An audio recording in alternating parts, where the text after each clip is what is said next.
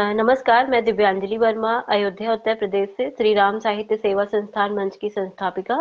और आज हमारे कार्यक्रम एक मुलाकात एहसासों के साथ में बजरंग लाल केजरीवाल जी उपस्थित हैं। और मैं बता दूं बजरंग लाल जी के बारे में। बजरंग लाल जी असम के रहने वाले हैं और इन्होंने वाणिज्य से स्नातक किया हुआ है और पेशे से ये लेखाकार हैं। और साथ ही साथ इन्हें साहित्य में भी बहुत रुचि है। और साझा संकलनों में इनकी जो रचनाएं हैं वो प्रकाशित होती ही रहती हैं और हिंदी साहित्य के क्षेत्र में इनके कार्य अत्यंत सराहनीय हैं। तो आगे की जो बातें हैं अब हम बजरंग जी से ही जानेंगे। तो बजरंग जी, अब आप अपने बारे में कुछ बताइए। नमस्कार दिव्यांजलि जी। नमस्कार आपने मुझे सर।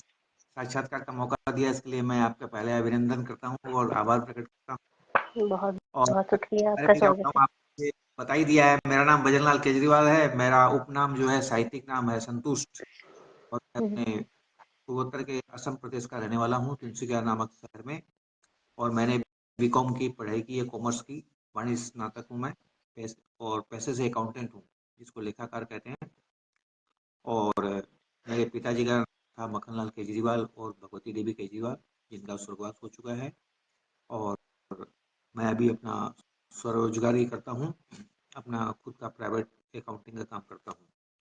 और लिखने की रुचि तो मुझे बहुत पहले से थी। वैसे मैं कोई पेशेवर कवि नहीं हूँ कि मैं हर बात पे लिख दूँ या हर चीज़ पे लिख दूँ, लेकिन जो देखता हूँ वही मैं थोड़ा सा एक्सप्रेस कर पाता हूँ अपने आप को।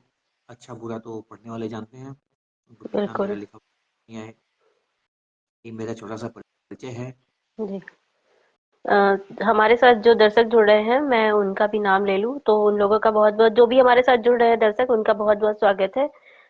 जैसे प्रवीण उदय जी, आपका स्वागत है। आशीष त्रिपाठी जी, आपका भी स्वागत है। अ, स्वागत है। अ, जो बजरंग जी, आपका जो है फेस थोड़ा दिखाई नहीं दे रहा है पूरा। आप थोड़ा कैमरा वैसे कर लीजिए जिससे आपका फेस पूरा नजर आए। अब आ रहा है हाँ। क्या? हाँ हाँ, अब सही है, अब आपका फेस सही है। ठीक आशीष है। त्रिपाठी जी कह रहे हैं, महोदय आपकी आवाज बहुत धीमी आ रही है। इधर तो सही आ रही है। हाँ, अब सही है। कुसुम लता जी, आपका भी स्वागत है। तो बजरंग सुलभता लाल का जी। मैं भी जानता हूँ इसको बजरंग, भी। अच्छा अच्छा, आप भी जानते हैं। ठीक है, तो अब मैं आपसे जानना चाह रही थी कि जो है आप में लिखने की रुचि कब और कैसे जागृत हुई? जैसे ऐसे लिखने की रुचि बोलकर आप नहीं बोल सकते हैं कि एक बार क्या हुआ कि हमारे शहर में बहुत बड़ी आग लगी पूरे हुँ, बाजार में। तो उसको हुँ, मैं भी गया था पानी की बाल्टी डाल डाल के, लेकिन वहां पर देखा कि दमकल विभाग का इतना कोई ज्यादा सहयोग नहीं था, बस पानी की कमी थी। और हुँ, बहुत सारी दुकानें जलकर खाक हो गई। तो मैं उसी आक्रोश में फटाफट एक न्यूज जैसा बनाया और अपने आक्रोश में डालकर पेपर को छापने के लिए भेज दिया, ताकि कम से कम दमकल विभाग वाले भी ठीक हो जाएं। और हम लोग जो अपनी दुकानों को एक से दूसरे सटा के रखते हैं, आवाजाही की जो दिक्कत आती है, हुँ, हुँ, तो इससे भी कुछ आदमी को सीख मिले और कुछ गैप रखे, कुछ बोरिंग वोरिंग करवा के रखे, इस प्रकार की थोड़ी अपनी तरफ से उसमें रिपोर्टिंग कर दी। वो पेपर में छप गई, उसका बहुत नाम हो गया। हुँ, तो हुँ, से मेरी कलम चल पड़ी। फिर एक बार क्या हुआ कि हमारे यहाँ पर वो बहुओं को जलाने वाली कथा बहुत होने लगी। आए दिन देखते हैं कि बहू को दहेज के रूप में या किसी भी कारण से जलाकर मार दिया जाता है। हुँ, तो कई घटनाएं हमारे सामने हो गई। तो उससे भी मेरा मन व्यथित हो गया, तो मैंने भी एक कहानी लिख डाली और पेपर में भेज दी। उसका शीर्षक था स्टोव की आत्मकथा। हुँ, हुँ, मैंने एक रूप में एक ना, जैसे उदाहरण के रूप में दिखाया कि स्टोव अपनी बात कर रहा है। हुँ, हुँ, तो वो लघु कथा थी, वो उस लघु कथा से भी उसको बहुत प्रसिद्धि थी और कहानी बहुत अच्छी लगी। फिर एक बार क्या है कि लोट पोट में एक कहानी आ गई, एक कहानी का वो डॉट्स आ गए, चार पांच वाक्य के, कि इससे आप एक कहानी बनाइए और 200 वर्ड से ज्यादा की नहीं होनी चाहिए। मैं लिखता गया तो बन गए 9 पेज की।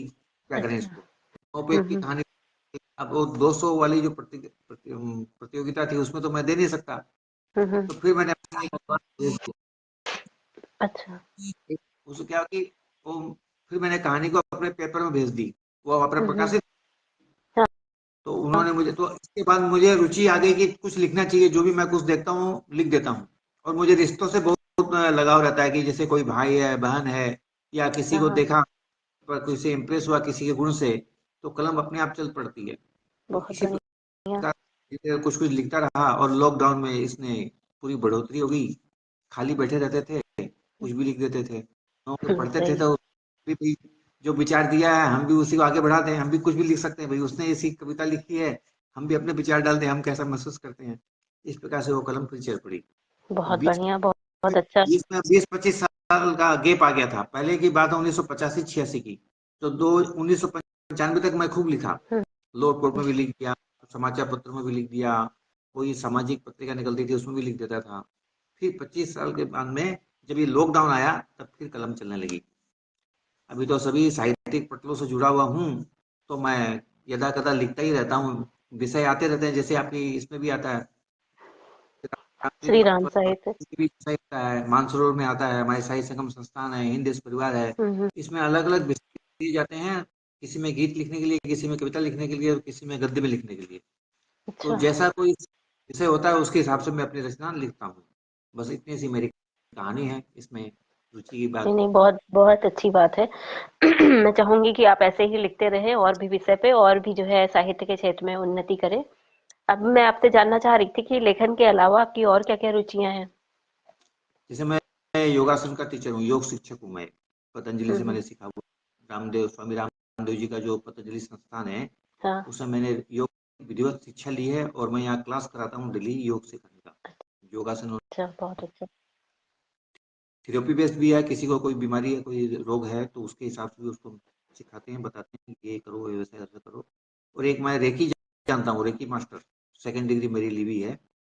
मैं टच हीलिंग भी होती है और डिस्टेंस हीलिंग भी होती है।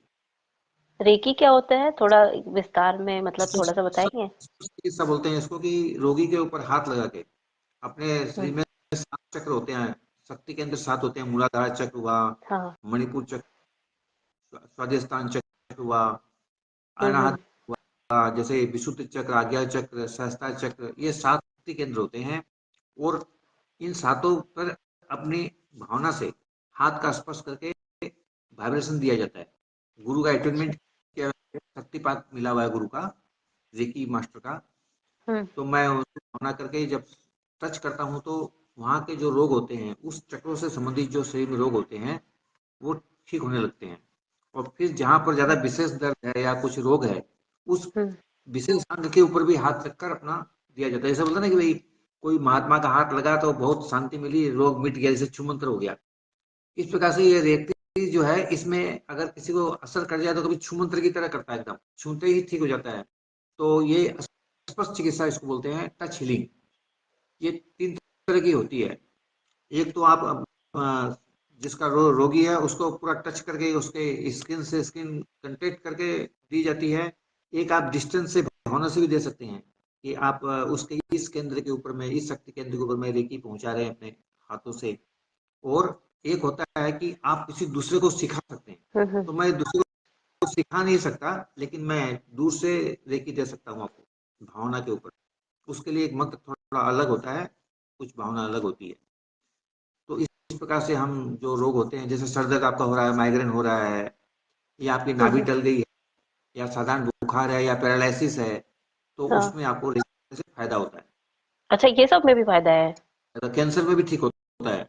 ओह! ये तो बहुत ज़्यादा ही कारगर है फिर तो। अच्छा, मैं तो इसको इस ठीक बारे से में। किया जाए, अगर ठीक से किया जाए, पूरा कंसंट्रेशन से किया जाए, देने हुँ, वाला भी और उसको दी जा रही है वो भी कंसंट्रेट करके, एकाग्र होकर महसूस करे, हाँ, तो हाँ। हाँ, जल्दी काम करता मैं थोड़ी-सी बात कहना चाहती हूँ आपकी इस बात पे कि हमारे जो दर्शक जुड़े हुए हैं, मैं उनसे कहना चाहती हूँ कि सर ने अभी जो ये बताया है रेकी के बारे में और मूलाधार और जो चक्रों के बारे में, तो ये चीज़ें जो है आध्यात्मिक हैं और धार्मिक हैं, तो आप लोग जो है ये ना सोचिएगा कि ये किसी तरह का अंधविश्वास है। ये बल्कि रियल है पूरी तरह से और आध्यात्मिक जो है। है ये तरीके से मैंने भी आध्यात्मिक है, इसके बारे में पढ़ा है। वैज्ञानिक है। एक मिनट में आपको रोक रहा हूँ, ये वैज्ञानिक है पूरा। ये कोई हाँ, आध्यात्मिकता इसमें नहीं है। अच्छा। ये क्या होता है, हर आदमी का एक ऑरा लेवल होता है। हुँ, हुँ। आप जिससे ऑरा निकलती है, एक तरह का वाइब्रेशन निकलता है। वो वाइब्रेशन आपका जितना कंसंट्रेशन होगा, आपकी भावना जितनी पवित्र होगी, वो वाइब्रेशन और ऑरा लेवल जो होगा उसका क्षेत्र वो बढ़ता जाएगा। और उसी हम अपनी इस विशुद्ध आत्मा के जो भाव होते हैं, उसी को हम दूसरे में संप्रेषित करते हैं, स्पर्श चिकित्सा के और अपनी भावना के। बिल्कुल। विचार में बहुत बड़ी शक्ति होती है। अगर आप किसी के बारे में अच्छा अच्छा सोचेंगे, तो आपका उसका अच्छा अच्छा ही होगा, हाँ। बुरा नहीं होगा जल्दी से। तो वही ये सही कहा। वाइब्रेशन है अपनी, आपकी अपनी भावना उसको आप दे रहे हैं कि इसका ये रोग ठीक हो जाए, इसका ये रोग ठीक हो जाए, इसका ये रोग ठीक हो जाए। इस हम्म प्रकार का आपका मन में चलते रहता है, और आप चाहते हैं दिलो दिमाग से कि ये बेचारा ठीक हो जाए, मेरे आसपास करने से इसको ढांढस मिल जाए और भगवान इसके रोग को ठीक करे। तो ये कॉस्मिक एनर्जी बोलते हैं। हम्म। पूरे विश्व में, पूरे ब्रह्मांड में ये एनर्जी छाई रहती है। उसको आप अपने हाथ में कंसंट्रेट करके फिर उसको गाइड करके उसके रोगी के ऊपर पहुंचाते हैं। ये है। बहुत अच्छा, मतलब बहुत अच्छा तरीका है। मैंने भी इसके बारे में पढ़ा है, लेकिन इतना मतलब आप जिस हिसाब से बता रहे हैं कि आप ये करते भी हैं, तो ये काफी रोचक था। और जैसे कुछ लोगों को नहीं पता होता है ना, तो इसलिए मुझे ये बात बताना जरूरी था कि ये किसी भी तरह का अंधविश्वास नहीं है, ये रियल बात है। और हमारे भारत की यही पहचान है कि हमारे भारत में शुरू से ये हो ही रहा है। प्रवीण जी कह रहे हैं, यानी हम कह सकते हैं कि साहित्य के साथ साथ आप आध्यात्मिक भी हैं, और ऐसे ही आध्यात्मिक और वैज्ञानिक शक्तियों के कारण ही तो हमारा भारत विश्व गुरु कहलाता है। बिल्कुल सही कहा। सही। हाँ, वही मैं कहना चाह रही थी कि ये जो है हमारे भारत में यही चीज मेन बेस पहले होता था, लेकिन अब नहीं हो रहा है। अब जो है इसे अंधविश्वास कह के इसे खत्म कर दिया गया है। अच्छा बजरंग जी, अब मैं आपसे जानना चाह रही थी कि आप किस विषय पर ज्यादा लिखना पसंद करते हैं, मतलब आपके पसंदीदा विषय क्या है? जैसे मेरे आया, मैं रिश्तों में लिखता हूँ, बहन के ऊपर लिखता हूँ, माँ के ऊपर लिखता हूँ, पिताजी के ऊपर लिखता हूँ, पत्नी के ऊपर लिखा हूँ, बेटे बेटी के ऊपर लिखा हूँ, और प्रकृति के ऊपर भी लिखता हूँ, प्रकृति के ऊपर लिखता हूँ। और विषय सभी रहते हैं, सामाजिक भी रहते हैं, देशभक्ति से संबंधित रहते हैं, भजन लिखता हूँ, भजन भी लिखे हम्म। मैंने कई। तो अच्छा, विषय तो सब विविध है, जब जैसी जरूरत पड़ती है वैसे लिख देता हूँ मैं। मतलब जैसे आपको आपने बताया कि बहुत साहित्यिक उसमें ग्रुप में जुड़े हैं, तो जिस हिसाब का विषय रहता है आप उसी विषय पर लिख देते हैं। सारे ही विषय आपके पसंदीदा जैसे है, ये माना जाए। आपके दिव्यांजलि में भी आए हैं, अभी आज का ही आया है हाँ। कि हाँ। एक भारतीय नागरिक का कर्तव्य समाज के प्रति क्या है? क्या जिम्मेदारी। आज के हिसाब तो से इसी ये बहुत जरूरी हो गया है, इसीलिए मैंने दिया है। इसलिए मैंने इस पे अच्छा। कर दिया आलेख।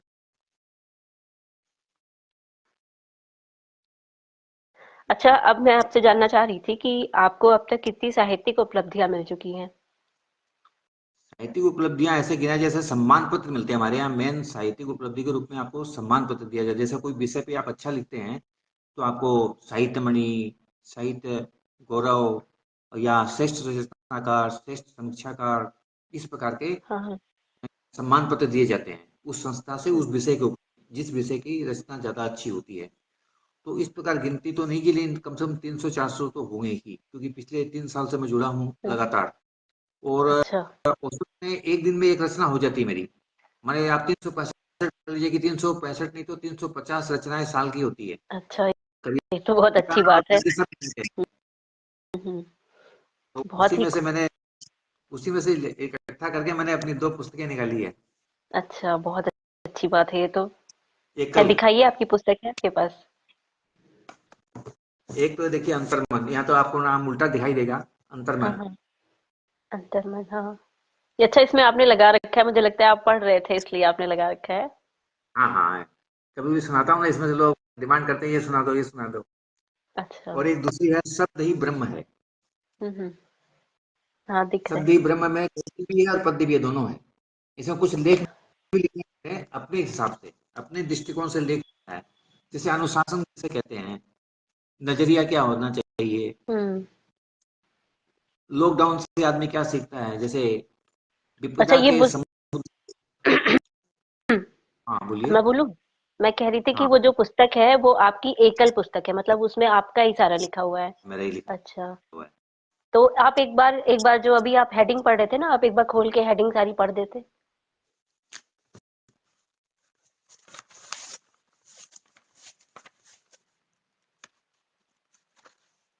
वो हेडिंग काफी रोचक थी, तो आप पढ़ देते तो जो हमारे साथ जुड़े हैं उनको भी जो है थोड़ा उत्सुकता जागती जानने के लेकिन लिए। मतलब इसमें जो विषय दिए हैं, वो तो जो कविता है उसका नाम तो अनुक्रमणिका जिसको बोलते हैं। हाँ, हाँ, हाँ, हाँ, उसी को, हाँ उसी को। ठीक है, भाग 1 में कविताएं, शब्द ही ब्रह्म है। शब्द ही ब्रह्म हाँ, की हाँ। मैंने कविता भी लिखी है और उसका गद्य भी लिखा है, अच्छा। गद्य रूप में भी है। फिर है एक शारदीय वंदना है, 3 शारदीय वंदना लिखी है मैंने। एक मौन व्रत, मौन से कहते हैं, मौन के ऊपर लिखा है। हम्म। एक मौन की आध्यात्मिक गूंज, मौन का भी बहुत बड़ी वो ध्वनि होती है, मौन को हम्म। सुनना भी बहुत बात होती है। सही कहा। एक प्रभु तुम कट्टर हो, ईश्वर की सर्वव्यापकता के ऊपर में एक कविता लिखी है मैंने। शिव हम्म, की आराधना के ऊपर लिखा है, ज्ञान का दीप के ऊपर लिखी है, सत्यम सुंदरम शिव के ऊपर में लिखा है। एक है नहीं दुखाना दिल किसी का, ये भी लिखा है कि किसी का दिल नहीं दुखाना चाहिए, किसी का भला नहीं कर सकते तो कम से कम बुरा तो नहीं करना चाहिए, इस थीम सही पे है। बात। एक नर सही से वो बात। नारायण बन जाएगा, अगर हम अपने कर्तव्यों का पालन सही रूप से करें तो हम नर होकर भी नारायण बन सकते हैं, भगवान का दर्जा पा सकते हैं। रूप बिल्कुल। तेरा मेरे, अब मैं कृष्ण भगवान के एक रूप का वर्णन कर रहा हूँ। फिर तन मन जगमगा जरा, तन मन को आप ठीक कीजिए, उसमें उजाला भरिए, तो आपका जीवन खुशहाल होगा। एक सच्चा प्यार किसे कहते हम्म, हैं, हम्म, समर्पण किसे है, समर्पण कैसा होना चाहिए उसके बारे में है। एक देखी जो सूरत तेरी निहाल हो गया, ये एक मेरा बहन के प्रति गीत है। फेसबुक में बहुत बहुत सारी बहनें बन गई है मेरी, वो बहुत अच्छी तो बात है। खाली फेसबुक तक ही नहीं है, वो असली बन गई है अभी। तो अच्छा, बहुत अच्छी तो बात। उसके ऊपर हमारे पूरा घरेलू संबंध हो गया है, पूरा सगी बहन से भी ज्यादा हो गई है, कई बहनें ऐसे 5-6, तो ये लॉकडाउन की फसल समझ लीजिए आप। लॉकडाउन चलिए। हम्म, और हम अच्छी लोगों के लिए बात है ये। लॉकडाउन था, मेरे लिए बहुत अच्छा था। तो उसी में मैंने ये लिखा है कि जब से मिला हूं तुमसे, ये है। एक देखिए जो सूरत तेरी निहाल हो गया, ये मंदिर में आदमी जब जाता है, जब हम्म, भगवान की मूरत देखता है, तो उसको कैसा महसूस होता है, वो है कि अच्छा। देखिए जो सूरत तेरी निहाल हो गया। एक है हम्म, पगली, जिससे आप बहुत ज्यादा स्नेह करते हैं, उसको आप प्यार से पगली बोल देते हैं कभी। तो बिल्कुल। पगली बोल के भी एक शीर्षक मेरी कविता है। एक खाली हाथ तुझे जाना रे, क्षण भंगुरता जीवन की जो क्षण भंगुरता है, इससे संबंधित मैंने एक कविता लिखी है कि खाली हाथ तुझे जाना रे। फिर है एक अनदेखा, कि भगवान को हम देख अच्छा। नहीं, लेकिन उसको महसूस कर सकते हैं, बिल्कुल। इसलिए उससे संबंधित एक। और एक नजर से नजर मिलाकर तो देखो, भगवान से कभी दो आंखें मिलाकर देखो, उसमें आंखों में देख के उनके प्यार को महसूस करो। तो इस पर भी कविता है। और रूठ जाए रब तो क्या करिए, जब भगवान रूठ जाते हैं तो हमें क्या करना चाहिए। कभी कभी होता है ना, बिल्कुल। ऐसा लगता है कि भगवान हमारी बात नहीं सुन रहा है, हमारी कोई मनोकामना पूरी नहीं हो रही है। हाँ, बार तो बार उसको, मांगने पे भी।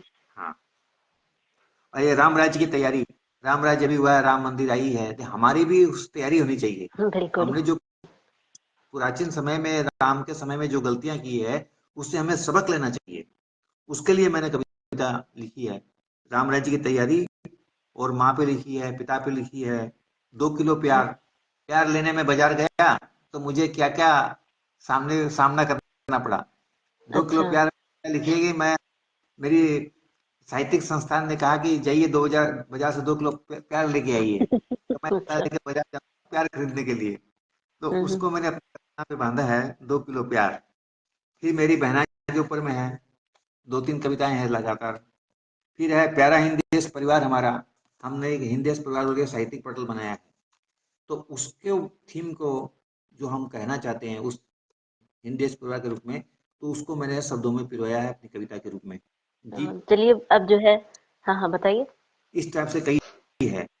हाँ, और बढ़िया यही तो है। विडंबना है नारी की, नारी के ऊपर भी कविता लिखी है, हम्म, पत्नी के ऊपर भी लिखी है। सारी बहुत चीजें हैं, बढ़िया। आसमान से गूंज जो टपकी, कविता का हाँ, नाम है। रोष, क्रोध, नियति, मतलब जितने। हाँ, बांसुरी, ये सब है। जितने भी जो है टॉपिक हैं, जितने भी टॉपिक हैं वो काफी आकर्षक है, मतलब पढ़ने के लिए एक व्यक्ति को आकर्षित करने के लिए बहुत अच्छे अच्छे टॉपिक हैं।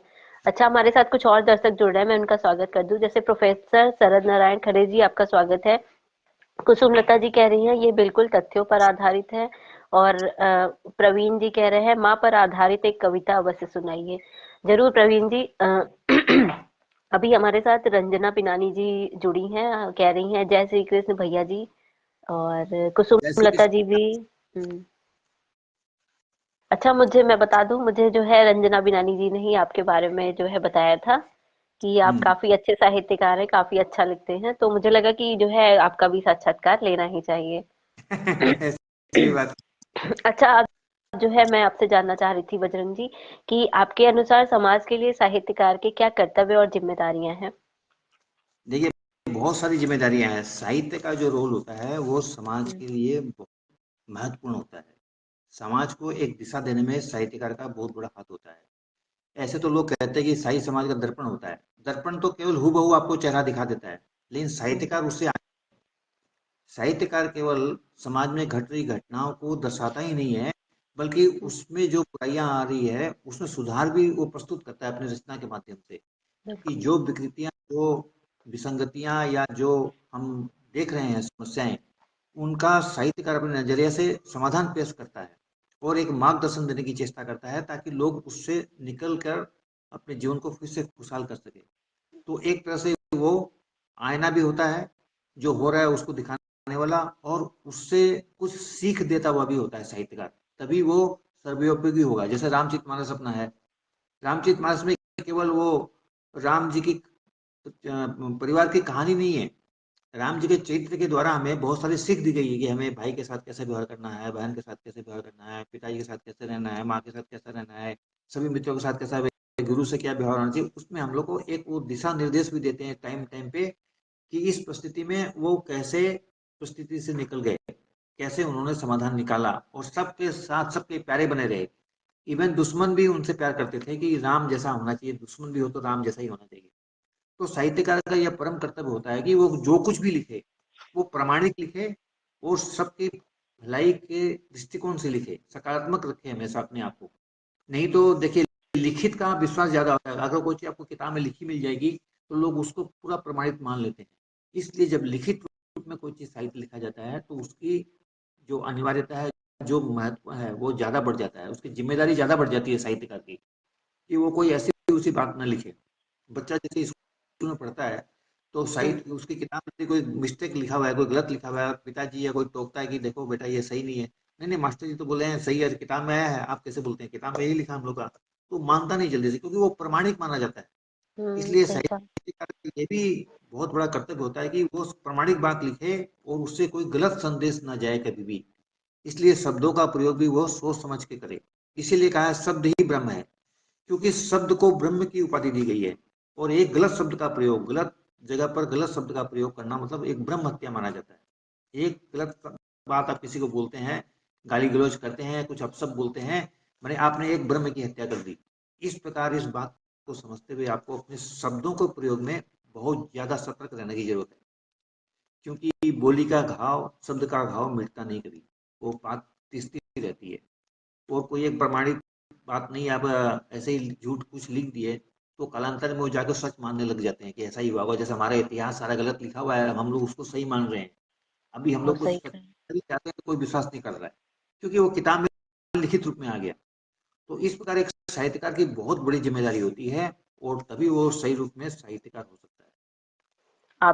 आपने जो है बहुत बड़ी बात बताई, मतलब कि एक होता है ना कि आजकल के जो जो अभी लिखना शुरू किए हैं, उन लोगों को ये चीजें पता नहीं होती हैं, पर आपने जो बातें बताई है ना वो एकदम सही बताई हैं। और जान मतलब हमारे साथ जो भी जुड़े हैं उनके जानने लायक है, और बाकी लोग के भी जानने लायक की यही मेन तो चीज होती है। मैं बताता हूँ आपको, शब्द ही ब्रह्म की एक कविता सुनाता हूँ, हाँ छोटी हाँ, सी है। सुनाइए सुनाइए। संभावना और आशा से भरा एक सकारात्मक शब्द भी चमत्कार कर देता है। मैं संभावना और आशा से भरा एक सकारात्मक शब्द भी चमत्कार कर देता है। किसी को आप एक अच्छी बात बता देंगे तो उसकी काया पलट हो सकती है, उसका हृदय परिवर्तन हो सकता है सही शब्द से। तो शब्द ब्रह्म स्वरूप है, इसकी शक्ति अपार, एक रचनात्मक शब्द से रचा गया संसार। एक फूंक मारी शंख से भगवान विष्णु ने, तो संसार की सृष्टि हो गई, रचना हो गई। तो एक रचनात्मक शब्द से रचा गया संसार, एक संभावना के शब्द से दूर होती सब बाधा, पग पग हौसला बढ़ा दिलाता सफलता अपार। एक शब्द अगर सही हो तो उसे सफलता आपको मिल जाती है। एक अच्छा शब्द मोड़ता दिशा लक्ष्य की ओर, जिस पर आगे बढ़कर कर जाता चमत्कार। मूक लगता बोलने, लंगड़ा गिरी चढ़ जाता, प्रोत्साहन का एक ही शब्द करता ऊर्जा संचार। प्रोत्साहन का एक ही शब्द करता ऊर्जा संचार। शब्द अलग अलग है अलग सबकी तासीर। शब्द अलग अलग है सबकी अलग तासीर। एक लघु प्रशंसा का शब्द बदल देता तकदीर। किसी को आप हमेशा बुरा बुरा बोलते हैं तो बुरा बन जाता है, उसको एक बार प्रशंसा करते तुम ये बहुत अच्छा काम किया, आगे करो, तो वो एक जरा सा प्रोत्साहन का शब्द भी उसके हृदय परिवर्तन कर सकता है और वो आगे बढ़ जाता है। कोई सुसाइड कर रहा हो, उसको पकड़ के मना करके उसका माइंड माइंड वॉश थोड़ा सा कीजिए, वो आत्महत्या करना भूल जाएगा और इतना कामयाब बनेगा कि लोग उसको सैल्यूट करेंगे। ऐसा बहुत सारा होता है। तो बोलता बिल्कुल है कि सही। अलग अलग है सबका अलग तासीर, एक लघु प्रशंसा का शब्द बदल देता तकदीर। मूर्ख भी ज्ञानी बन जाता, करके काम निरंतर, फैल जाती कृति उसकी, हो जाता अजर अमर। तुलसीदास जी को उसकी पत्नी ने कहा था कि इतना प्यार यदि तुम राम से करते तो तुम्हारा कल्याण हो जाता। तो उसी समय वो छोड़कर ससुराल से आ जाता है वापस, और रामचरित मानस की रचना कर देता है, और कालजयी बन जाते हैं। एक शब्द से ही देखिए उसका कितना बड़ा फर्क पड़ गया। आओ बोले शब्द शब्द ठीक से नाप तोल, कभी किसी का दिल न दुखे बोले ऐसे बोल। जब भी मुंह खोले बोले शब्दों में मिश्री खोल, सबका मन शीतल हो जाए सुन आपके बोल, सबके मन शीतल हो जाए सुन आपके बोल। इस प्रकार शब्द का प्रयोग बहुत सोच समझ के करना चाहिए, और हमेशा किसी को अच्छा करने के लिए बोलना चाहिए।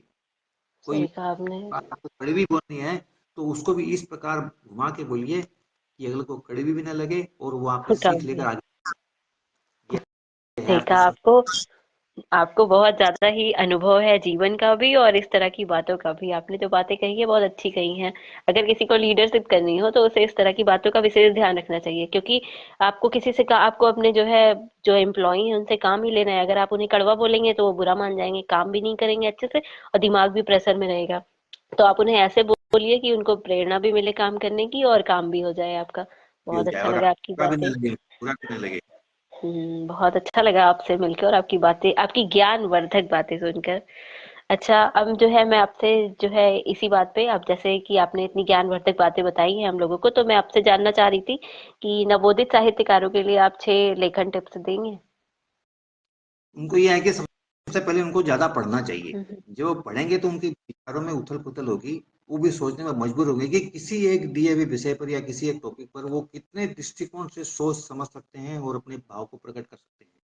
क्योंकि किसी भी चीज को प्रकट करने के कई तरीके होते हैं, कई दृष्टिकोण से आप उसको देखते हैं। जैसे बोलते हैं जागी रही भावना जैसी प्रभु मूरत देखी तिन तैसी। तो सबको सुनेंगे तो आपको सबका नजरिया पता लगेगा कि इस बात को हम इस नजरिए से भी परिभाषित कर सकते हैं, उसकी व्याख्या कर सकते हैं। तो जितना ज्यादा आप पढ़ेंगे उतना ज्यादा आपका अनुभव बढ़ेगा, आपकी सोच विकसित होगी, आपकी लेखनी में भी निखार आएगा, और आप किसी भी विषय को ज्यादा प्रखरता से और ज्यादा विस्तार से बता सकेंगे अपनी बात को।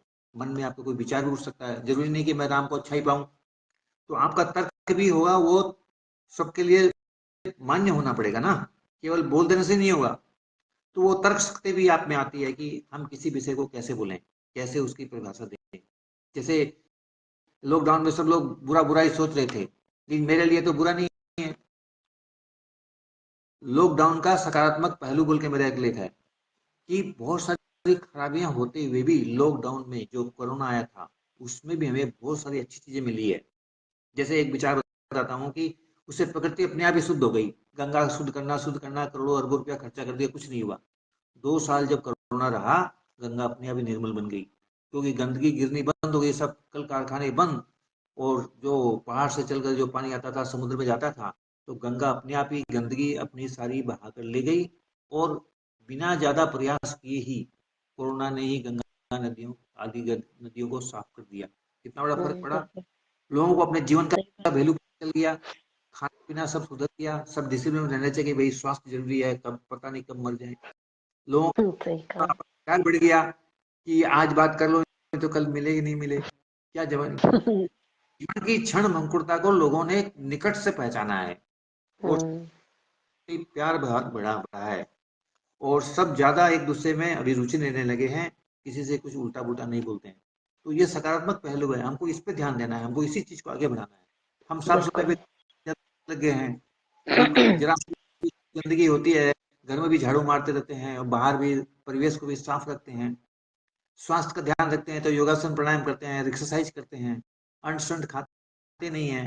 तो ये सब सकारात्मक पहलू है कि हमें अपने आप में एक बदलाव आ गया है। आदमी को एक आदत ही पड़ गई है, कहीं जाते हैं ज्यादा भीड़ भाड़ नहीं करते हैं, भाई दूर रहो, भीड़ भाड़ मत करो, ज्यादा मिक्सअप मत हो।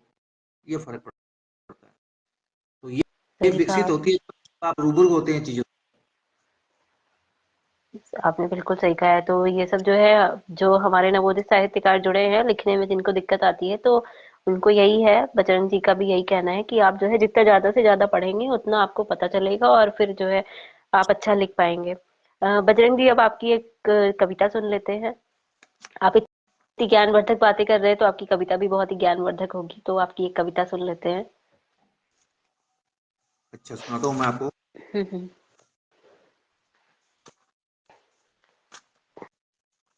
2 कविता सुनाता हूँ मैं बहन के लिए। जी, बहन के बिल्कुल ऊपर स्वागत है।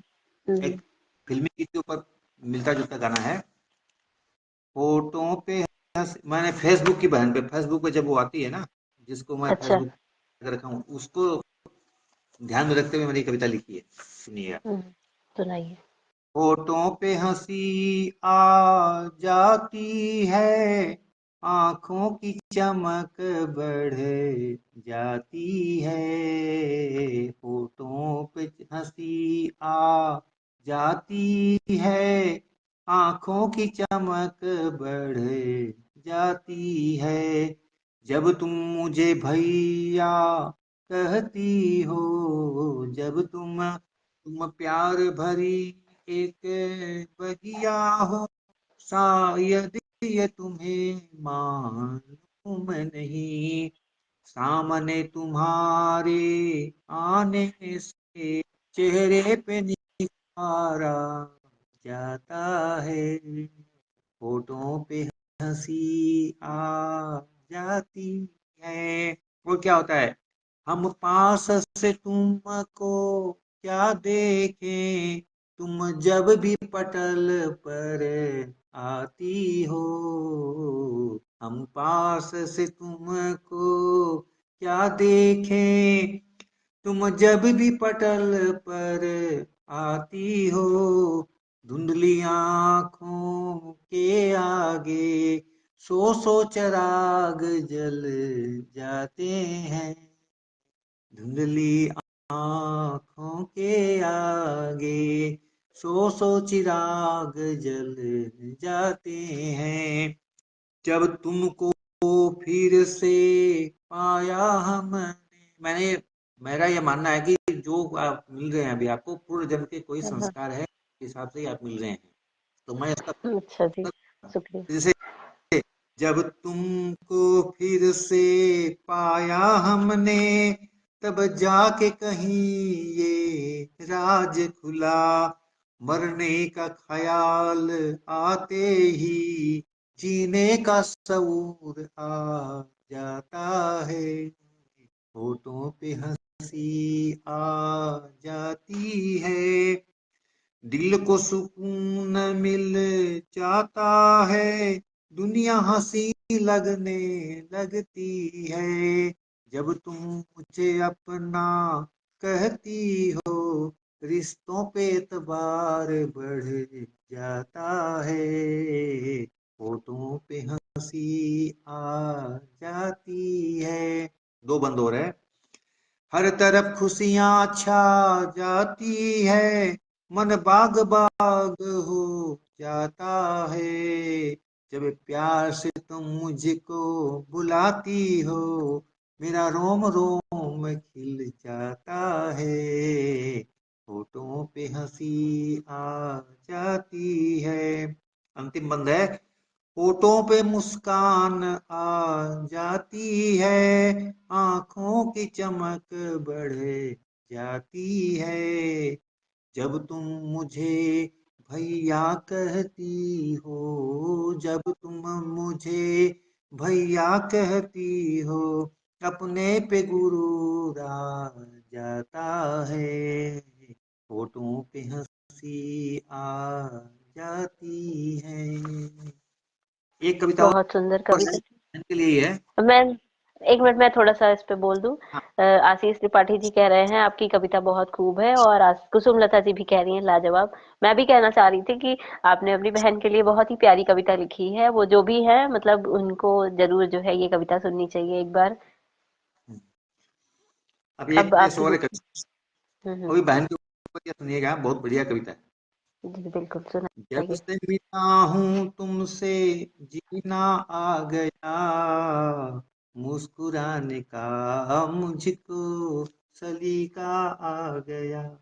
जब से मिला हूँ तुमसे जीना आ गया, मुस्कुराने का मुझको सलीका आ गया। न मिलती जो तुम तो जाने क्या हो जाता, तुम जो मिली तो मेरा रोम रोम खिल गया। भूले सारे गीले सिकवे, मैं खुश हो गया। भूले सारे गीले सिकवे, मैं खुश हो गया। जब से मिला हूँ तुमसे, जीना आ गया। मुस्कुराते देखा जो तुमको, रोना छूट गया। उसको मुस्कुराते देखा तो मेरा रोना छूट गया, मैंने रोना भूल गया मैं। बात बात पर हंसना आ गया, सुनकर तुम्हारी प्यारी प्यारी बातें, सुनकर तुम्हारी प्यारी प्यारी बातें, दिल का हर गम काफुर हो गया। तुम्हारी खनकती आवाज कसी जदा, तराना अपना मुझे गुनगुनाना आ गया। फिरता था मैं तो सुकून की तलाश में, फिरता था मैं तो सुकून की तलाश में, तुम जो मिली तो दिल को करार आ गया। अब सुनिए, अंतिम बंद है। सूख गई थी मेरे हृदय स्नेह सलीला, सूख गई थी मेरे हृदय की स्नेह सलीला, तुझे देख ऐसी हुलसी बह गया किनारा। जब से मिला हूँ तुमसे, जीना आ गया। मुस्कुराने का मुझको सलीका आ गया। जीने की वो राहत, वो चाह जाग गई। कोरोना काल था ना उस समय। बिल्कुल, बहुत अच्छी कविता थी ये आपकी।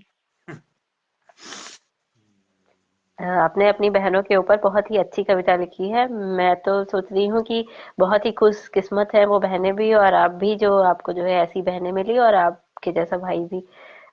जो आपकी जिनके ऊपर आपने ये लिखी है उन बहनों को जरूर ये कविता सुननी चाहिए। जो है कुसुम लता जी ने आपकी इस कविता पे हार्ट रिएक्ट किया है और लिखा है नमन भैया जी। ओहो, बहुत बहुत स्वागत है बहन लता। ये हमारी अच्छा, ऐसी। अब मैं एक जो है आपकी बहन और जुड़ी है, रंजना बिनानी जी हाँ भी, हाँ, और एक वो भी। कुसुम लता जी। हम्म, अच्छा, अब मैं आपसे जानना चाह रही थी बजरंग जी कि आपकी पहली प्रकाशित पुस्तक कौन सी है? मेरी अंतर्मन, अच्छा। माने एकल पति। काव्य में मन पहली कविता है, पहले की पुस्तक है हम्म। अंतर्मन की। अच्छा, और इसके अलावा भी है कोई? इसके अलावा साझा संकलन है मेरे कई। साझा संकलन में एक। देखिए, एक तो है देश, हम्म। देश बोल के है, हाँ, हिंद देश। और एक है प्रमुख हस्ताक्षर। इसमें मेरी 8 कविताएं हैं। अच्छा, इसका नाम क्या है कविता, इसका बुक का? कविता के प्रमुख हस्ताक्षर। अच्छा। हाँ, चलिए ये बहुत आपका अच्छा। इम्तियाज अहमद गाजी हम्म। नाम और होगा। वो जो आपकी एकल पुस्तिका है, जो आपकी सोलो बुक है, तो वो कहाँ पे मतलब लोगों को मिल जाएगी अगर कोई खरीदना चाहे ये तो? अमेजन में आपको मिलेगी। अच्छा, अमेजन पे। चलिए अमेजन बहुत बढ़िया है। और हाँ हाँ। एस जी चलिए एस जी और। पब्लिकेशन में मिलेगी आपको। एस जी पब्लिकेशन बोल के उसमें मिलेगी। हम्म। ये जो तो अमेजन जो, किया उसका नंबर भी। अच्छा, चलिए ठीक है, बाद में मैं इसे ऐड कर दूंगी। तो जो लोग हमारे साथ जुड़े हैं वो बजरंग जी की ये एकल पुस्तिका और साझा संकलन जरूर खरीदिएगा और खरीद के पढ़िएगा और कमेंट करके भी जरूर बताइएगा कैसा लगा आपको। इसमें मेरा एक दो मैं लेख का टाइटल पढ़ देता हूँ आपको। हाँ हाँ। आपको टाइटल समझ के आ जाएगा। जैसे इसमें बिल्कुल। है, जो शब्द भी ब्रह्म की कविता थी, उसका शब्द ही ब्रह्म को मैंने गद्य में भी लिखा है। शब्द ही ब्रह्म है, हम्म। इसकी व्याख्या की हम्म। है। एक है, अच्छा। अच्छा सोचें और अच्छा बने। जैसा आप सोचेंगे वैसे आप बन जाएंगे। आपको डिसाइड करना है कि आपको क्या बनना है। बिल्कुल। क्योंकि सोच में और आपके विचार में बहुत बड़ी शक्ति होती है। सारा जो सृष्टि रचना हुई है वो भगवान के सोच से ही हुई है। भगवान ने सोचा अभी ये बनाना चाहिए तो वो बन गया, भगवान ने बिल्कुल। सोचा ये बनाना गया। सृष्टि तक की रचना होती है आपके सोच से। सोच क्या होता है? एक बीज का काम होता है। बीज का रूप होता है। सोच आप में आई मतलब आपको एक बीज मिला। अब उस बीज को अंकुरित और प्रफुल्लित मैंने प्रस्फुटित करना है, तब आप कर्म करते हैं उस बीज को। पहले एक बीज आया, बिल्कुल। उसको आपने रोपा, तब वृक्ष। तो पहले आपका सोच होती है, तो आपके सोच अच्छा होगा। जैसे बीज अच्छा होगा तो आपको फसल अच्छी होगी। तो आपको यदि सोच होगा, सोच होगी, तो आपकी फसल, आपके सृष्टि, आपकी जो रचना होगी, कार्य होंगे, वो भी अच्छे होंगे। तो ये है और कि आपका जीवन। अच्छा सोचें और अच्छा बने। डिसाइड कर लीजिए क्या करना है आपको, उसी बिल्कुल। हिसाब से सोचिए और उसी दिशा में आप चलिए। फिर सोच कर सोचिए सोचना क्या है। इसलिए पहले आप सोच कर सोचिए कि हमको सोचना क्या है, डिसाइड करने के पहले कि बनना क्या है। सोच कर सोचिए, पर दिमाग लगा कर सोचिए कि क्या सोचे हम। नहीं तो बोलते हैं ना, कल्प वृक्ष के नीचे एक आदमी सोया था। और कल्प वृक्ष की खासियत यह है कि उसमें जो विचार करेंगे वही प्रस्तुत हो जाता है। जो मांगेंगे सब मिलेगा आपका। तो अच्छा। वो खाना भूखा हुआ था, अब ये सोचता है कि मैं सो रहा हूँ, बाई चांस अभी शेर आके मुझे खा जाए तो क्या होगा। तो जस्ट शेर आता है और उसको खा देता है, खत्म हो जाता है। हाँ। तो कल्प वृक्ष के नीचे बैठा हुआ आदमी का सोच यदि गड़बड़ है तो उसको कल्प वृक्ष कुछ काम नहीं आएगा। वैसे दुनिया में सब कुछ पदार्थ है जग माही, कर्म ही नर पावत नहीं। इसी सिद्धांत के हिसाब से आप जो विचार जैसा करेंगे वो आज नहीं तो कल अवश्य पूरा होगा। प्रकृति को ऐसा हिसाब बिठा देगी कि आपकी वो मनोकामना पूर्ण करेगी। अगर आप अच्छा बनना चाहते हैं तो सारे सकारात्मक चीजें आपसे जुड़ती चली जाएगी, सारे संजोग आपके अच्छे बनने के लिए बनते जाएंगे।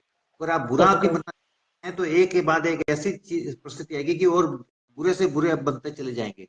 मैंने समान चीज जो होती है ना वो अट्रैक्ट करती है एक दूसरे को। लव हाँ, ऑफ सही कहा। Attract, love of attraction. तो सोच कर सोचिए सोचना क्या है, इसको मैंने परिभाषित किया है। आज्ञाकारी प्रकृति के बारे में बताया। एक है सकारात्मक सोच का जादू। अगर आप किसी के प्रति अच्छी भावना रखेंगे, अगर वो बुरा भी है और अच्छी भावना रखेंगे, तो उसमें सकारात्मक बदलाव आएगा। ये रेकी का सिद्धांत यही है। रेकी आपको अच्छा होने के लिए प्रेरित करती है, आपको वाइब्रेशन देती है। तो आपके विचार बदलते हैं अपने आप। टेलीपैथी होती है ना, आपके विचारों की तरंग वहां पहुंचती है और आपका मन बदलता है। सही ये कहा। है सकारात्मक का जादू। उसी प्रकार से क्या है, एक है कि आपकी योग्यता नहीं, आपका नजरिया आपकी उन्नति तय करता है। आपका एटीट्यूड जो होता है किसी भी चीज के प्रति, एटीट्यूड ही आपको डिसाइड करता है कि आप सफल होंगे या असफल होंगे। आपका अप्रोच, सही कहा। तो उस पर एक है कि आपकी योग्यता नहीं, आपका नजरिया आपकी उन्नति तय करता है। इस पे मैंने लिखा है कुछ। हम्म। और लेख है इसमें काफी। एक सुंदर जहां बनाए, आदर्श समाज बनाए। माने आपका हमेशा यही कोशिश होनी चाहिए कि आप अपनी तरफ से सब कुछ अच्छा अच्छा ही करें, किसी को अच्छा अच्छा ही बोलें, कुछ भी कड़वा ना बिल्कुल। बोले, कार्य गलत ना करें। एक है जहां तन वही मन, ईमानदार रहना चाहिए। अगर आप यहाँ पर मैं जैसे आपसे साक्षात कर रहा हूँ तो मेरा पूरा दिमाग पूरा मन यही रहना चाहिए। शरीर से मैं केवल बैठा होकर आपके साथ बात करूंगा तो काम सही नहीं होगा। बिल्कुल उसके सही लिए कहा। मैंने लिखा कि वहीं आपका मन होना चाहिए, हम्म। एकाग्रता होनी चाहिए पूरी जहां आप बैठे हैं। तब आप काम के प्रति ईमानदार रहेंगे तो आपका काम भी सही होगा, आपको सफलता भी मिलेगी। कि गुरु या शिक्षक को सड़क में क्या समानता है, ये एक टॉपिक है कि गुरु शिक्षक और सड़क दोनों का एक ही काम है, मार्ग बताना। चलना हमें पड़ेगा। गुरु आपको शिक्षा का मार्ग बता देगा, ज्ञान दे देगा। उसको यूटिलाइज करते हुए, उसको उपयोग करते हुए आप कैसे जीवन में आगे बढ़ते हैं, ये आपको खुद को निश्चित करना है। वैसे सड़क बिल्कुल सही। लगेगी कि मैं इधर जाती हूँ, पट्टिका लगी रहती है कि ये रोड इधर जाती है, रोड इधर जाती है, रोड इधर जाती है। अब हम्म। आपको डिसाइड करना है जाना किधर है। सही सब बात। जगह पूरा मिली। तो सड़क और गुरु में यही समानता है कि दोनों आपको मार्गदर्शन करते हैं कि आपको जाना किधर है। लेकिन जाना तो जाना खुद आपको ही है। खुद ही है। वैसे सही कहा। शिक्षा और विद्या में क्या अंतर है? शिक्षा और विद्या में यह है कि मुझे तीर धनुष चलाना आता है, मैं निशाना पूरा पक्का है, मैं किसी को भी जान से मार सकता हूँ। लेकिन किसी को जान से मारने की परिस्थिति उत्पन्न होने के बावजूद भी, शस्त्र उठा लेने के बाद भी, अगर मैं हम्म। उस शस्त्र को नहीं चलाकर कुछ दूसरा अच्छा करना चाहता हूँ, तो वहां पर विद्या काम देती है कि ये जो मैं करने जा रहा हूँ नहीं है। आपको विद्या होगी मतलब अंदर का जो आप मनन किया हुआ होगा, ज्ञान को जो आपने आत्मसात किया होगा, तभी आप वो विद्या रूपी कार्य करेंगे कि आप मारेंगे नहीं। जैसे रामचंद्र जी ने धनुष बाण उठा लिया था समुद्र को मारने के लिए। हाँ। उससे क्या होता, बहुत बड़ी हानि होती, मार सकते थे, समुद्र को सुखा सकते थे, सब जीव जंतु मर जाते और वो चले जाते। लेकिन जब बिल्कुल। समुद्र हाथ जोड़ कर आ गया तो भगवान ने वो शस्त्र को वापस, अपना क्रोध को शांत किया और उसको मारा नहीं। जो क्रोध को शांत करके वापस सामान्य बन गए, वो उनकी विद्या थी। शस्त्र जो अच्छा। है उनकी शिक्षा थी कि उन्हें पता है कि वो समुद्र को सुखा सकते हैं। वो उसका एजुकेशन है। एजुकेशन और विजडम जिसको बोलते हैं, विजडम है शिक्षा। हम आप ज्ञान का उपयोग कैसे करते हैं, वो आपकी शिक्षा है, विद्या है वो। तो गुरु आपको विद्या बताता है, शिक्षा नहीं देता। किताबी ज्ञान नहीं देगा, वो आपको दुनियादारी सिखाएगा। दुनियादारी ही असली विद्या है। सही जीवन में कहा आपने। अगर आप बीकॉम पास है लेकिन आपका गैस सिलेंडर खत्म हो गया है, आपको गैस सिलेंडर बदली करना नहीं आता है, तो आपकी शिक्षा बेकार है। सही आप कहा। भूखे रह जाएंगे, क्या क्या मोल है। तो आप पहले बिल्कुल सही बात है। बदली करना सीखिए। आप पहले, वो शिक्षा ज्यादा जरूरी है जीवन जीने के लिए। फिर आप कुछ दूसरा काम कीजिए। तो शिक्षा बिल्कुल और सही विद्या, कहा। वही बात।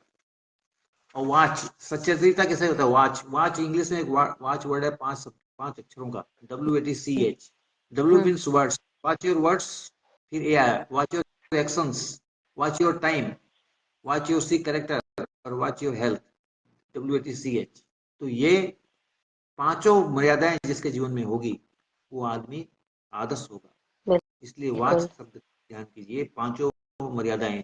जीवन में इन पांच तरह की मर्यादा का ही आवश्यकता है, दूसरे की जरूरत नहीं है। तो ये टॉपिक था मेरा। बहुत अच्छे और अच्छे नेम, टॉपिक है। नॉम टेम, नेम टेम और प्रेम। हाँ। शांत मस्तिष्क शक्ति का उत्पादन करता है। जब आप शांत होते हैं, किसी भी समस्या के समय में विचलित नहीं होते मन से, तो आपका शक्ति अपने आप निकलती है और आपको समाधान सूझता है। इसलिए सही कहा। आप, हमारे बोलते थे मास्टर जी कि never disturb your intellect, what ever may be the end the सोरो in your life, never disturb your intellect. क्योंकि आपका सर्वहितैषी जो है आपकी बुद्धि ही है। आपका हम्म। विवेक जो है पूरी दुनिया में काम देता है। पूरी दुनिया आपके विरुद्ध हो सकती है, लेकिन आपकी बुद्धि आपकी परम मित्र है। और अगर आप बुद्धि को ही विचलित कर लेंगे, उसी में टेंशन घुसा देंगे, तो फिर आपका मित्र रहेगा कौन। दुनिया तो बिल्कुल सारी सही बात। आपकी दुश्मनी है। हम्म। एक एक प्रकार से या दूसरे प्रकार से एक दूसरे की सब दुश्मन रहते, वो भी दुनिया आपका कुछ नहीं कर सकती। तो आप अपने परम मित्र को, जो एकमात्र है, उसके अलावा दूसरा कोई मित्र है भी नहीं आपका बुद्धि के अलावा। तो आप अपने बुद्धि विवेक को कभी भी विचलित मत कीजिए, शांत रहिए, तब आपको समस्या से समाधान मिलेगा। तो शांत मस्तिष्क शक्ति का उत्पादन करता है। तब आपको शक्ति होगी, हम ये कर सकते हैं, ये तरीका अपनाएंगे तो हम इससे निकल सकते हैं। ताकि आपको नेम टेम और प्रेम, इन तीन चीज का बहुत महत्व है। नेम टेम और प्रेम मतलब से, टाइम से और प्रेम आपकी से। आवाज थोड़ा ठीक से नहीं आ रही, जैसे बीच बीच नेम में टेम कट रही। और प्रेम, हाँ। अभी ठीक है ना। नेम टेम और प्रेम, नेम मतलब नियम, नियम से, टेम मतलब टाइम से, और प्रेम से। ये तीन चीज को मिलाकर आप कोई भी कार्य करेंगे दुनिया का, उसमें आप सफल होंगे ही होंगे। किसी एक को पकड़ने से भी ये तीनों आपके पास आ जाएंगे, लेकिन तीनों का आप अनुसरण करेंगे, नियम टाइम से करेंगे, सब नियम से करेंगे और प्रेम से करेंगे, तो हर काम में आपको सफलता मिलेगी, चाहे किसी भी क्षेत्र का हो। डेली कीजिए, मतलब हमेशा परसिवियरेंस, आपको निरंतरता रखनी पड़ेगी अपने कार्यों में।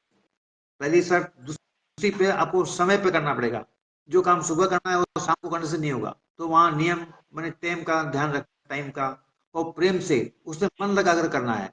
आपको जो काम कर रहे हैं उसमें मन लगा होना चाहिए कि हाँ यही काम मेरा जरूरी है, अभी मैं ये करूंगा, पूरे मन से कीजिए। तो अगर आप नियम पूर्वक, समय पे और मन लगाकर काम करेंगे, तो कोई भी काम आपके लिए असंभव नहीं है, सब में आपको सफलता ही सफलता।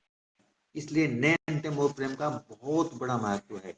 एक स्वार्थी बनो, इस प्रकार से टाइटल है, स्वार्थी बनो। मतलब हम अपना स्वार्थ भूल गए, हमारा भला किसमें है। हम अपने सही भला बात। ही करना भूल गए। अपने आप को स्वार्थी मानते हैं कि हम अपना भला देखा, दिन आप उसका मैंने थोड़े दिनों का भला देखते हैं, स्वार्थ अपना पूरा करते हैं। लॉन्ग रन में आप लूजर रहते हैं, दूरगामी आपके विरोधी जाते हैं। सही इसलिए बात आपको है। पहले डिसाइड करना है कि मेरा स्वार्थ, मेरा भला है किसमें। अगर आप दुकानदार हैं और आप यदि ज्यादा मुनाफा कमाने के लिए ज्यादा रेट लेके कस्टमर ले लिए, तो उसमें खुश हो सकते हैं कि मैंने 2 रुपए के 3 रुपए ले लिए।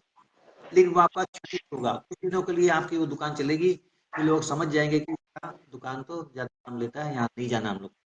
तो बिल्कुल। अधिक दिनों, कुछ दिनों के बाद में आपका बिजनेस खत्म हो जाएगा, आपका व्यापार चौपट हो जाएगा।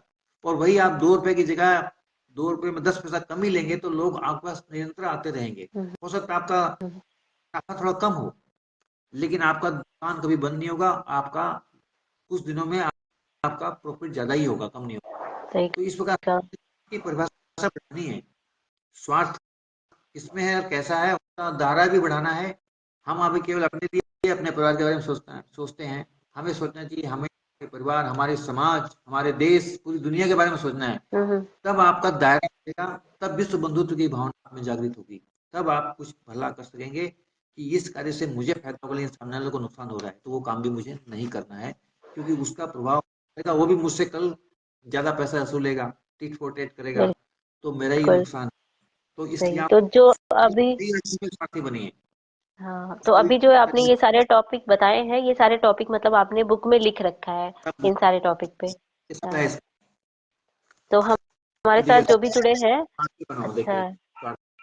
हाँ, हमारे साथ जो लोग भी जुड़े हैं, आप इनकी ये बुक जरूर खरीदिएगा। बहुत ही अच्छी बुक है, जिस हिसाब से बजरंग जी ने एक्सप्लेन किया है अपनी बुक के सारे टॉपिक को। प्रेम और प्रेम उल्टा दिख रहा है आपको, हाँ। तो इससे लिख प्रेम और प्रेम आप पढ़ सकेंगे, है ना। सुन सही, हाँ हाँ, देखा मैंने। वही तो मैं कह रही हूँ कि आपने लिखा बहुत अच्छे अच्छे टॉपिक है और इसे एक्सप्लेन भी बहुत अच्छे से किया है।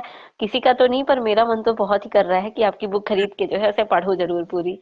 क्योंकि इस तरह की ज्ञानवर्धक बुक ही जो होती है वो जीवन में आगे बढ़ने के लिए जरूरी होती है। बाकी तो किताबी ज्ञान तो हर किसी को ही है, जैसा कि आपने ही कहा कि विद्या ज्यादा जरूरी है, शिक्षा तो मिल ही रही है। एक देखिए अच्छा, अब मैं आपसे जानना चाह रही थी। विराम और हाँ हाँ, पूर्ण बताइए। विराम, एक देखिए अर्ध विराम और पूर्ण विराम।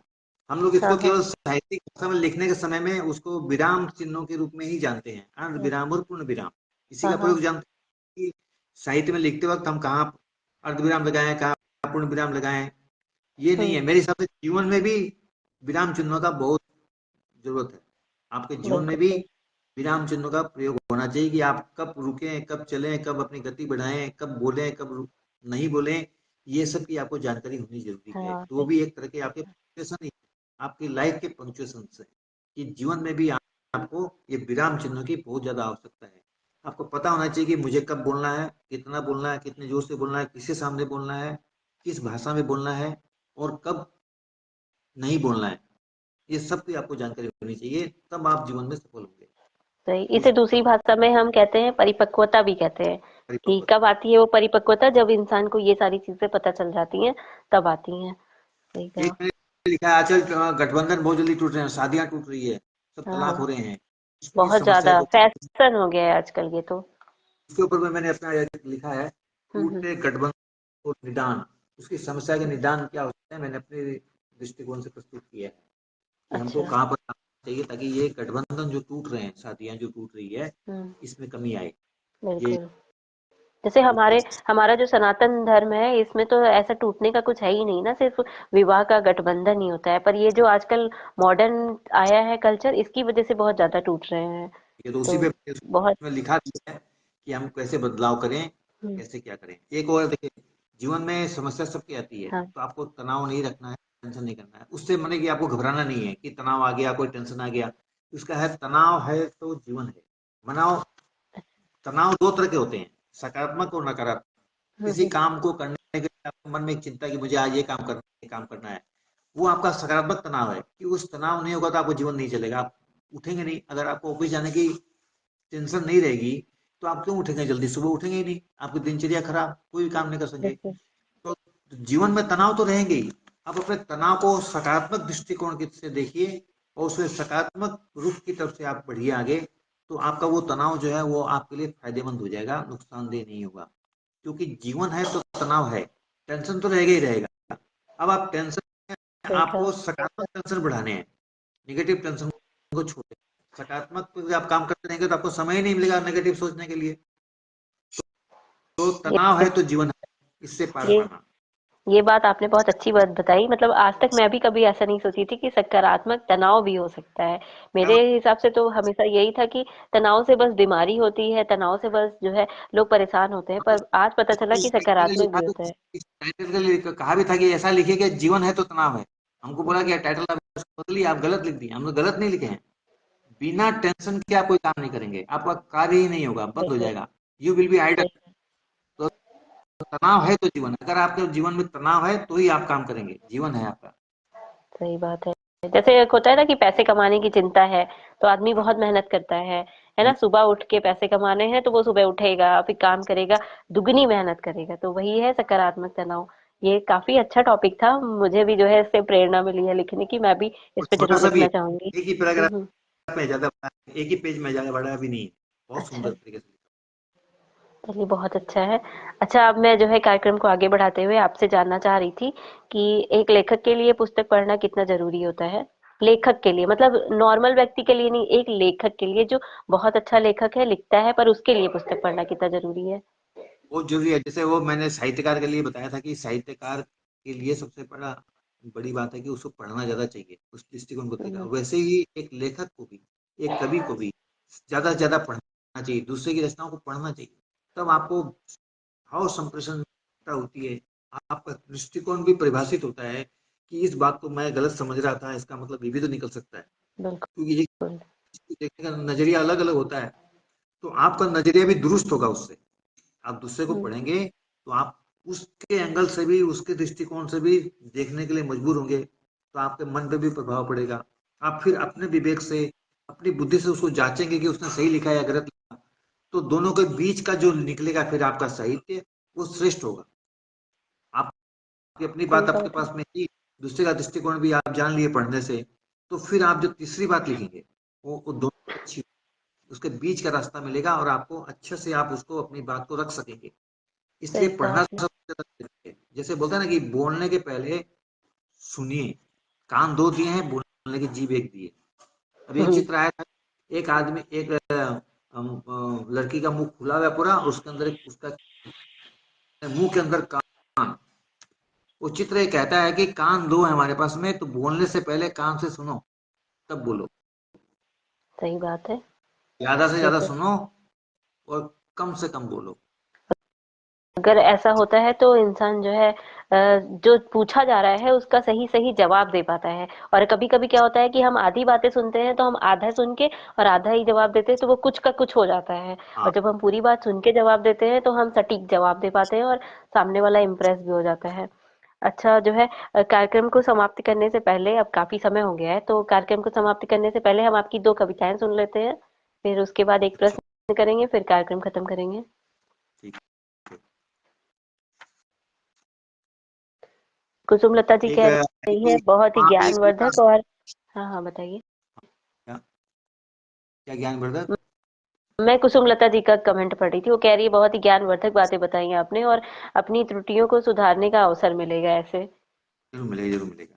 हम्म, अब माँ पे कविता पढ़ने के लिए आया था, सही आग्रह हुआ था, मैं माँ पे हाँ कविता हाँ पढ़ता हूँ। जी। माँ तो माँ होती है, हर रिश्ते में खास होती है। माँ तो माँ होती है, हर रिश्ते में खास होती है। माँ तो कटे पर डिटोल का फावा होती है। माँ तो कटे पर डिटोल का फावा होती है। माँ कपोलों पर होठों की मीठी छुअन होती है। माँ कपोलों पर होठों की मीठी छुअन होती है। माँ जमाने की नजर से बचाता, माँ जमाने की नजर से बचाता, गाल पे लगा काजल होती है। गाल पे लगा काजल का टीका होती है। सही माँ बात टिफिन में रखा आलू का पराठा, साथ में आलू भाजी होती है। है।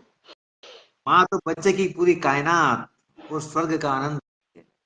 माँ तो बाबा की डांट का जवाब, दुलार की ठंडी फुहार होती है। माँ तो दुनिया भर से प्यारी और सबसे अधिक हितैषी होती है। माँ हर फरमाइश की दुकान, दुआओं का अंबार होती है। माँ तो ईश्वर की प्रतिमूर्ति ही नहीं, उसका साकार स्वरूप होती है। माँ तो बस माँ ही होती है। हे माँ तुझे प्रणाम। बहुत और एक बढ़िया। दूसरी कविता लिखी है मैंने माँ के ऊपर ही। माँ तो माँ है, माँ जैसा दूजा कोई नहीं है। माँ बच्चे को जन्म देती, उसका पालन पोषण करती, बच्चे को अच्छे संस्कार देती, सही गलत की पहचान बताती, दुनिया की रीत बताती, हर अला बला से बचने का सही उपाय बताती। माँ बच्चे को हर विपदा से बचाती, संतान का सदा भला ही चाहती, उसे अच्छा आदमी बनाती। माँ बच्चे को चलना सिखाती, खाना सिखाती, बोलना सिखाती, पिता की पहचान कराती कि ये मेरे पिता है। गीता रामायण की कथा सुनाती, भक्त और भगवान का रिश्ता बताती, वीर गाथाओं को सुनाकर देश प्रेम का भाव जगाती, सबको सबसे अच्छा व्यवहार करना सिखाती, सबका सम्मान करना बताती, प्रथम अक्षर ज्ञान दे पाठशाला भेजती, पढ़ा लिखा कर अच्छा आदमी बनाती। माँ बचपन से बुढ़ापे तक सिर्फ हमें प्यार करती, हम पर अपना सर्वस्व लुटाती, पर कभी एहसान नहीं जताती, पर कभी एहसान नहीं जताती। बोले बोलो माँ जैसा दूसरा कौन है? माँ तो परम हितैषी, परम दयालु, परम पिता परमात्मा का ही मानव रूप है। माँ ही तो भगवान है। माँ तो माँ है, माँ जैसा दूजा कोई नहीं है। हे माँ तुझे प्रणाम, हे माँ तुझे प्रणाम। ये मेरी माँ तरफ की से है। भी माँ को प्रणाम। सही कहा आपने, बहुत अच्छा लिखा है आपने, माँ को जो है शब्दों में बयां कर दिया। मैं कहना ये चाह रही थी कि आपकी बातें इतनी ज्ञानवर्धक थी कि कब समय जो है बीत गया, 1 घंटा पता ही नहीं चला। ऐसा लग रहा है कि अभी शुरू किया था और 5 मिनट ही हुए हैं और अभी जो है खत्म हो गया है। बहुत अच्छा लगा बजरंग जी आपसे मिलके और आपकी ज्ञानवर्धक बातें जान के। जो लोग हमें सुन रहे थे सिर्फ उन्हें ही नहीं, आज मुझे भी बहुत कुछ नया सीखने मिला, बहुत कुछ सकारात्मक जानने मिला और सबसे बड़ी बात जो जानने मिला कि चिंता जो होती है वो सकारात्मक भी होती है और इस पे तो मैं ज़रूर ही लिखना चाहूँगी। तो जो है मैं आपसे जानना चाह रही थी कि आपको हमारे श्री राम साहित्य सेवा संस्थान से जुड़ के कैसा लगा? बहुत अच्छा लगा, बहुत अच्छा लगा। बहुत ही सकारात्मक विचार हैं आपके भी। आपकी भी प्रस्तुति बहुत अच्छी रही। आपकी बहुत शुक्रिया। सुरीली लगती है मुझे। बहुत ही हुँ, अच्छे विचार है। और अब मैं अपनी एक सिग्नेचर कविता सुना देता हूँ, जो मुझे हुँ, बहुत पसंद देखिए, है। उसको सुनिए आप। मैंने सुनिए। बुलाया जिंदगी को, जिंदगी को मैंने बुलाया हुँ, अपने घर, कि जिंदगी मेरे घर आओ। तो जिंदगी ने मुझे क्या जवाब दिया, आप ध्यान दीजिएगा। दे मैंने बुलाया जिंदगी को अपने घर, तो जिंदगी ने कहा मैं आ रही हूँ बस तुम, मैं आ रही हूँ बस तुम इतनी तैयारी करो। तो मैंने बुलाया जिंदगी को अपने घर, तो जिंदगी ने कहा मैं आ रही हूँ बस तुम घर के दरवाजों गवाक्षों को खोल कर रखो तब तक। मैं जब तक आ रहा हूँ, आ रही हूँ, घर के दरवाजों गवाक्षों को खोल कर रखो तब तक। और क्या है, लांग नहीं सकती मैं छोटा सा पायदान भी। जिंदगी कहती है लांग नहीं सकती मैं छोटा सा पायदान भी। नफरत की ऊंची दीवार हटा लो तब तक। तुम्हारे घर में जो नफरत की दीवार है उसको हटा लो, क्योंकि मैं तो छोटा सा पायदान भी पार नहीं कर पाती, इतनी बड़ी दीवार कैसे पार करूंगी। तो सही बात लांग है। नहीं सकती मैं छोटा सा पायदान भी, नफरत की ऊंची दीवार हटा लो तब तक। मैं आ रही हूँ, शोर शराबा मुझे भाता नहीं। जिंदगी कहती है शोर शराबा मुझे भाता नहीं, बंद कर ऊंची आवाजें। तुम्हारे घर में जो उठा पटक हो रही आवाज आ रही है उसको बंद कर, वो शांति बहाल करो तब तक। शांति बहाल कर लो, मैं आ रही हूँ, तैयारी करो अपने घर की। हुँ, हुँ। और बड़ी थकान लगेगी आते आते, जब मैं आऊंगी तो मैं बहुत थक जाऊंगी। बड़ी थकान लगेगी आते आते, प्यार की सुंदर सी जाजम बिछा लो तब तक। प्यार की सुंदर जाजम बिछा लो तब तक। रेस्ट करना होगा ना, मैं आऊंगी तो हाँ, मुझे रेस्ट हाँ। किया। तो कहती है बड़ी थकान लगेगी आते आते, प्यार की सुंदर सी जाजम बिछा लो तब तक। प्यास भी लग आएगी चलते चलते, प्यास भी लग जाएगी चलते चलते। मीठी बाणी का रस घोल, मीठी बाणी का रस घोल, शरबत तैयार कर लो तब तक। मीठी बाणी का रस घोल, शरबत तैयार कर लो तब तक। और क्या करो, हाथ में लिए एक पलके बिछाएं, हाथ में हाथ लिए पलके बिछाएं, दर पर खड़े हो जाओ सब तब तक। सब दर पे खड़े हो जाओ स्वागत के लिए। सदियों बाद आ रही हूँ, क्योंकि सदियों बाद आ रही हूँ तुम्हारे घर, तुम्हारे शहर, आसानी से पहचान सकूं तेरी गली। सदियों बाद आ रही हूँ तुम्हारे शहर, आसानी से पहचान सकूं तेरी गली। माहौल को हंसी खुशी का इत्र छिड़क कर, माहौल को हंसी खुशी का इत्र छिड़क कर महका दो तब तक। सहज ही दिख जाए तेरा घर, सहज ही दिख जाए तेरा घर, प्यार सा कोई भजन गुनगुना कर बाहर तक गुंजाते रहो तब तक। कि गली में प्रवेश करते ही मुझे महक मिल जाए और भजनों की आवाज मुझे कान में पड़ जाए, तो मैं समझ जाऊं कि सही तेरा बात घर है। है। मैं बिल्कुल। आ रही हूँ तेरे घर, मैं आ रही हूँ तेरे घर, जरा मुस्कुराते रहो और घर के दरवाजों गवाक्षों को खोल कर रखो तब तक, खोल कर रखो तब तक। ये मेरी, मुझे जिंदगी जवाब दिया। बहुत ही सुंदर कविता आपने मतलब अपने ही भावों में जिंदगी के बारे में इतना अच्छा लिखा है कि ऐसा लग रहा है अगर वो सच में भी आना चाहती होगी या आती होगी तो ऐसा ही कुछ उसका भी रहता होगा, उसके भी जवाब रहते होंगे, उसके भी सोच विचार रहते होंगे। बहुत अच्छा लगा आपसे जो है बजरंग जी मिलके, आपकी बातें सुन के, जो ज्ञानवर्धक बातें और जो अच्छी अच्छी बातें आपने बताई हैं। मेरी तो बस यही शुभकामनाएं है कि आपकी पुस्तक, जो आपकी ज्ञानवर्धक बातें आपने मुझे बताई है, ये सब आप जो है पुस्तक में लिख के जल्दी ही उसे प्रकाशित करें और हम लोगों को ये पढ़ने मिले और हमारे दर्शकों को भी। तो जो है बजरंग जी, आपका बहुत बहुत स्वागत है, और हमारे साथ जो दर्शक जुड़े थे आप सबका भी बहुत बहुत स्वागत है। अब मैं बता दूं कि परसों यानी बुधवार को हमारे साथ एक और जो है साहित्यकार जुड़ने वाले हैं। उनका भी साक्षात्कार शाम को 7 बजे यहीं फेसबुक पे ही होगा, तो आप लोग उसमें भी जुड़िएगा। तब जी। तो बजरंग जी, अब आपसे जो है अलविदा चाहूंगी। जय श्री राम। जय श्री राम, जय श्री राम, जय हनुमान।